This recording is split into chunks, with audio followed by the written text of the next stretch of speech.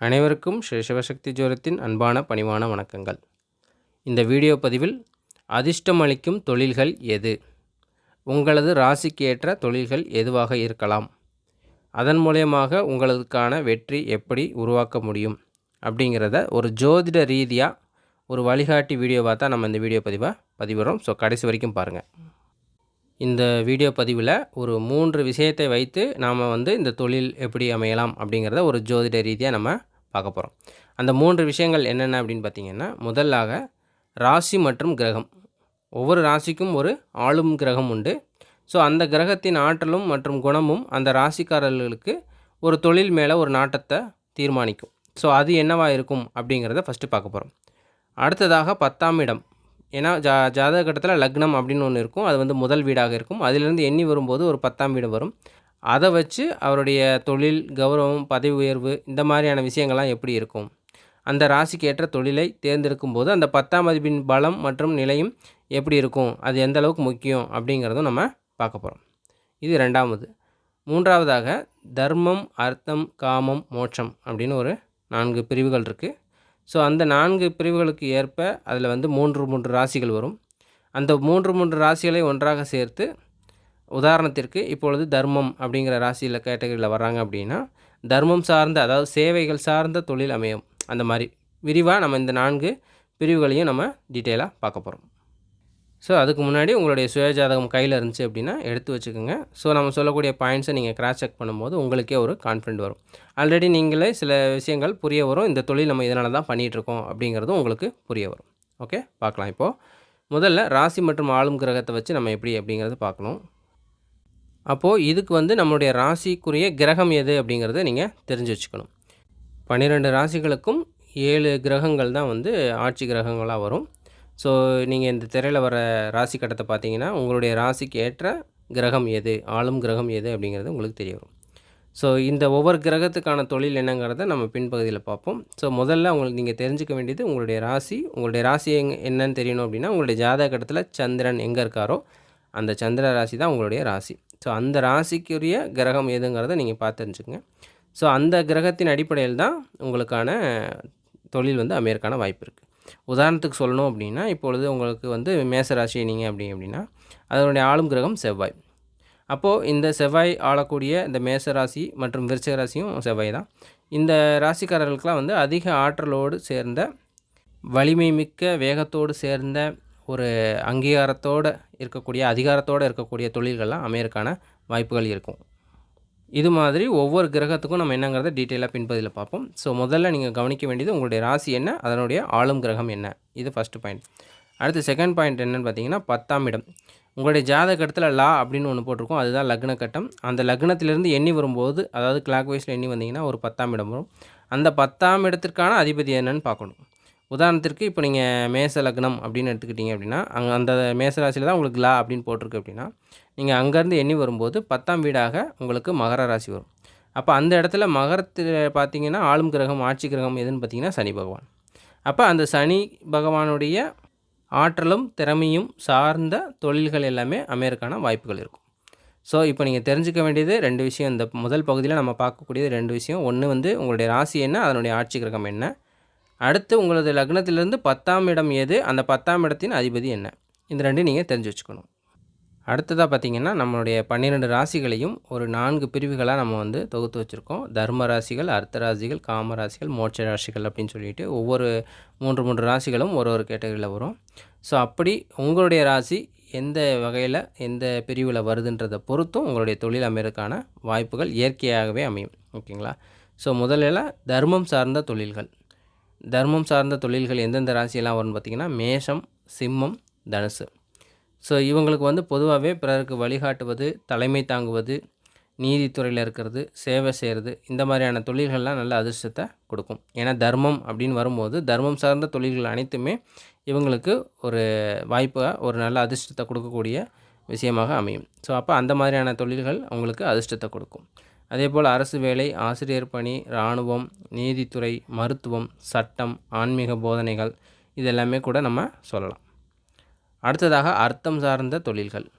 இதில் எந்தெந்த ராசிகள் வரும்னு பார்த்தீங்கன்னா, ரிஷபம், கன்னி மற்றும் மகரம். இந்த 3 ராசிகளும் அர்த்தம் சார்ந்த தொழில்களில் வரும். ஸோ இவங்களுக்கு வந்து இயற்கையாகவே பணம் ஈட்டுவது, பணத்தை நிர்வாகம் பண்ணுறது, முதலீடு செய்வது, ஏதாவது வந்து ரியல் எஸ்டேட் மாதிரியான தொழில்கள் அமைவது, இதெல்லாம் வந்து உங்களுக்கு ஒரு நல்ல அதிர்ஷ்டத்தை கொடுக்கும். அதே மாதிரி இவங்களுக்கு வந்து வங்கித்துறை, நீதித்துறை, கணக்காளர்கள், அதே மாதிரி என்ஜினியரிங் வரும், ரியல் எஸ்டேட்டு, அப்புறம் உற்பத்தி மேனுஃபேக்சரிங் கம்பெனிஸு, பெரிய பெரிய கார்ப்பரேட் இதில் வேலை செய்கிறது, அது மாதிரி நிர்வாகம் பண்ணக்கூடிய பதவிகள், உயர் பதவிகள், இதெல்லாமே வந்து இவங்களுக்கு அதிர்ஷ்டத்தை தரக்கூடிய தொழில்களாக அமையும். அடுத்தது 3வது பிரிவினர் யாரான்னு பார்த்தீங்கன்னா, காமம் சார்ந்த தொழில்கள், மிதுனம், துலாம், கும்பம். ஓகேங்களா? ஸோ இந்த இடத்துல வந்து காமம் என்பது ஆசையை சொல்லக்கூடிய விஷயம். ஓகே. பொதுவாகவே இவர்களது குணம் வந்து இந்த தகவல் தொடர்பு, கலை, உறவுகள் சார்ந்த தொழில்கள், சமுதாயம் சார்ந்த தொழில்கள், இது மேலே தான் நாட்டம் அதிகமாக இருக்கும். ஊடகம், பத்திரிகை துறைகள், விற்பனை சார்ந்த தொழில்கள், மார்க்கெட்டிங் பிஸ்னஸ், ஃபேஷன் டிசைனிங், ஆடை வடிவமைப்பாளர்கள், விளம்பர நிறுவனங்கள், சமூக சேவை செய்யக்கூடியவங்க, அது மாதிரி அட்வைசர்ஸ், இது மாதிரியான தொழில்கள் வந்து இவங்களுக்கு வந்து அதிர்ஷ்டத்தை கொடுக்கறதுக்கான வாய்ப்புகள் அதிகம். அடுத்தது 4வது பிரிவாக மோட்சம் சார்ந்த தொழில்கள். இதில் எந்தெந்த ராசிகள் வரும்னு பார்த்தீங்கன்னா, கடகம், விருச்சிகம், மீனம். இவங்களுக்கு பொதுவாகவே ஆழமான ஆராய்ச்சி குணம் இருக்கும். அதே மாதிரி இந்த மருத்துவத்துறையில் ஒரு நல்ல ஒரு வேலையில் இருப்பாங்க. அதே மாதிரி இவங்களுக்கு வந்து நிறைய இன்ட்யூஷன்ஸ் இருக்கும், இமேஜினேஷன்ஸ் இருக்கும். அதே மாதிரி சீக்ரெட்ஸ் வந்து இவங்க வெளியில் அதிகமாக சொல்ல மாட்டாங்க. ஸோ அப்போ அது சம்மந்தமாக இருக்கக்கூடிய தொழில்கள் எல்லாமே இவங்களுக்கு அதிர்ஷ்டத்தை தர்றதுக்கான வாய்ப்புகள் இருக்கும். ஓகேங்களா? அதே போல் உளவியல் துறை, ஜோதிடத்துறை, அதே மாதிரி நர்சிங் மற்றும் ஆப்ரேஷன்ஸ் பண்ணுறது, டாக்டர்ஸ், அதே மாதிரி ரகசிய புலனாய்வு துறைன்னு சொல்லுவாங்க இல்லையா, அந்த மாதிரி விஷயங்கள், கவிதைகள், சினிமா, ஆழமான ஆராய்ச்சி பண்ணக்கூடிய விஷயங்கள் மற்றும் யோகா, தியானம், இதெல்லாமே வந்து இவங்களுக்கு ஒரு நல்ல அதிர்ஷ்டத்தை தரக்கூடிய தொழில்களாக அமையும். ஸோ இது வரைக்கும் நம்ம 4 ராசி வகைகளை வைத்து நம்ம பார்த்தோம். இப்போது ஒவ்வொரு ராசி வாரியாக அதிர்ஷ்டம் தரக்கூடிய தொழில்கள் என்னங்கிறத டீட்டெயில்டாக பார்க்கலாம். ஓகேங்களா? ஸோ ஒவ்வொன்றும் நம்ம டீட்டெயிலாக பார்க்குறதுக்கு முன்னாடி இங்கே ஒரு அட்டவணை நான் கொடுத்துட்றேன். அப்போ உங்களுக்கு கொஞ்சம் ஈஸியாக இருக்கும். இதில் வந்து ஒவ்வொரு ராசிக்கும் அதனுடைய ஆளும் கிரகம் என்ன, அதனுடைய அடிப்படை குணம் என்ன, அது மூலியமாக அது அதிர்ஷ்டம் தரக்கூடிய தொழில்கள் என்னங்கிறத நீங்கள் டீட்டெயிலாக பார்த்துக்கலாம். உங்களுக்கு யூஸ்ஃபுல்லாக இருக்கும். ஓகேங்களா? ஸோ நம்ம சீக்கிரமாக இதை முடிக்கணுங்கிறதுக்காக நம்ம கொஞ்சம் ஃபாஸ்ட்டாக போவோம். நீங்கள் அதை ஸ்க்ரீன்ஷாட்டாக பார்த்துக்குங்க. மேசராசிக்காரர்களுக்கு நிர்வாகம், இராணுவம் மற்றும் சாகசம் சார்ந்த அனைத்து தொழில்களும் அதிர்ஷ்டத்தை தரும். ரிஷபராசிக்காரர்களுக்கு பண நிர்வாகம், கலை மற்றும் அழகு சார்ந்த துறைகள் அனைத்தும் வெற்றியை கொடுக்கும். மிதுன ராசிக்காரர்களுக்கு தகவல் பரிமாற்றம், எழுத்து, ஊடகம், இந்த மாதிரியான துறைகளில் நல்ல ஒரு முன்னேற்றத்தை பார்க்க முடியும். கடகராசிக்காரர்களுக்கு பாதுகாப்பு அளிக்கக்கூடிய, மருத்துவ சேவை செய்யக்கூடிய, உணவுப் பொருள், மருத்துவம், மனநலம் சார்ந்த துறைகள் எல்லாமே வந்து வெற்றியை கொடுக்கும்.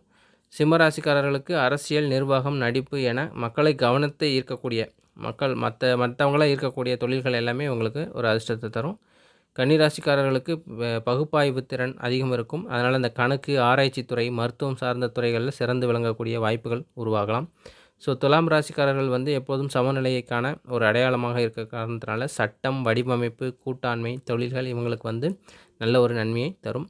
விருச்சிக ராசிக்காரர்களுக்கு மர்மம், ஆழமான சிந்தனை, இந்த மாதிரி துப்பறிதல், ஜோதிடம், இந்த மாதிரியான துறைகள் எல்லாமே இவங்களுக்கு நல்ல ஒரு சாதிக்கக்கூடிய திறமையை உருவாக்கும். தனுசு ராசிக்காரர்களுக்கு உயர்கல்வி, போதனை, வெளிநாட்டுக்கான தொடர்புகள், ஆலோசனைத்துறை, டீச்சர்ஸ், இந்த மாதிரியான தொழில்கள் எல்லாமே நல்ல ஒரு முன்னேற்றத்தை தரும். மகர ராசிக்காரர்கள் உழைப்பிற்காகவும் உழைப்பில் வழியாக உயரக்கூடிய வாய்ப்பை கொண்டவர்களால் இந்த பொறியியல், கட்டுமானம், கட்டமைப்பு துறைகள், அரசாங்க பதவிகள், இந்த மாதிரியான துறைகள்லாம் வந்து உங்களுக்கு அதிர்ஷ்டத்தை தரும். கும்பராசிக்காரர்கள் புதுமையும் விஞ்ஞானத்தையும் அதிக தெரிஞ்சவர்கள். அதனால் அவங்களுக்கு வந்து இந்த சமூகம் நலன் சார்ந்த தொழில்கள் அவங்களுக்கு ஒரு நல்ல ஒரு வெற்றியை கொடுக்கும். மீனராசிக்காரர்களுக்கு கற்பனை திறன் இயற்கையாகவே அதிகம் இருப்பதால் அந்த கற்பனை சார்ந்த தொழில்கள், கலை, சினிமா, மருத்துவ சிகிச்சை, ஆன்மீக பாதை, இதெல்லாமே அவங்களுக்கு ஒரு நல்ல முன்னேற்றத்தை கொடுப்பதற்கான வாய்ப்புகள் இருக்குது. ஸோ ஓவராலாக பார்த்தீங்க அப்படின்னா, மறுபடியும் சொல்கிறேன், உங்களுடைய ராசிக்கான கிரகம் என்னென்னு தெரிஞ்சுக்கங்க. உங்களுடைய 10ஆம் இடம் எது, அந்த 10ஆம் இடத்தோடைய அதிபதி என்னன்னு தெரிஞ்சுக்கங்க. அது மூலியமாக வரக்கூடிய ஒரு கிரகமோ 2 கிரகமோ அதன் சார்ந்த தொழில்கள் உங்களுக்கு நல்ல ஒரு முன்னேற்றத்தை கொடுக்கும். இது ஒரு பாயிண்ட்டு. அடுத்ததாக ராசி வகைப்படுத்தி சொல்லணும் அப்படின்னா, தர்மம், மோட்சம், காமம், அர்த்தம் அப்படின்னு சொல்லி 4 வகைகள் இருக்குது. ஸோ அந்த 4 வகைகள் கீழே வரக்கூடிய ராசிகளுக்கு ஏற்ற வாரியான தொழில்கள் என்னங்கிறத நம்ம டீட்டெயில்டாக பார்த்தோம். அதுக்கடுத்து ஒவ்வொரு ராசிக்குமே அந்தந்த ராசிக்கு ஏற்ற ஆளும் கிரகம் ஒன்று இருக்கும். அதுக்கேற்றாப்புல உங்களுக்கு அதிர்ஷ்டம் தரக்கூடிய தொழில்கள் அந்த அட்டவணையில் நீங்கள் பார்த்துருப்பீங்க. இந்த மாதிரி 3 வகையான பிரிவுகள் மூலியம் உங்களுடைய தொழில் அமைவதற்கான வாய்ப்புகள் இருக்குது. இது மட்டும்தான் அப்படின்னு கேட்டிங்கன்னா அப்படி கிடையாது. இதுக்கப்புறம் பார்த்திங்கன்னா இந்த ஜோதிடத்தில் ஒரு முக்கியமான விஷயத்த நம்ம சொல்லணும். இந்த திசாபுக்தி அப்படிங்கிறது ஒன்று இருக்குது. ஸோ அந்த தசாபுக்தி என்ன நடக்குங்கிறத பொறுத்து உங்களுக்கு அந்த தொழில் சாதகமாக இருக்குமா இல்லையாங்கிறது நம்ம பார்க்கணும். ஏன்னா நல்ல திசையில் எந்த தொழில் செஞ்சாலும் நல்லாயிருக்கும். அதுவே வேறு திசையில் நடக்கும்போது நம்ம என்ன தொழில் செஞ்சாலும் நம்மளால் அது பெருசாக முன்னேற்றம் காண முடியாது. ஸோ அதனால் அது நம்ம கண்டிப்பாக தெரிஞ்சு வச்சுக்கணும். அதே போல் வெறும் ராசியை மட்டும்தான் நம்ம இப்போ பார்த்தோம். இது போக நட்சத்திரங்களையும் லக்னத்தையும் வைத்து நம்ம பார்க்கலாம். ஸோ அதன் மூலியமாகவும் ஒருத்தருக்கு அவருடைய தொழில் மேன்மை அடைந்து நல்ல முன்னேற்றத்தை பார்க்க முடியும். அடுத்து உங்களுடைய சுய ஜாதகத்தையும் நீங்கள் பார்த்துக்கிறது ரொம்ப நல்லது. ஏன்னா அதில் உங்களுடைய ராசி கட்டத்தில் கிரக நிலைகளுடைய பலம் மற்றும் பலவீனத்தை பொறுத்தும் மாறும். ஓகேங்களா? ஸோ அதனால் அதை பற்றியும் நீங்கள் உங்களுடைய தொழில் எப்படிங்கிறத நீங்கள் முடிவு பண்ண முடியும். எந்த தொழில் செய்தாலும் உங்களது உழைப்புக்கேற்ற வருமானமும் ஊதியமும் நல்லபடியாக கிடைக்கணும்னு அந்த இறைவனை வேண்டிக்கிறேன்.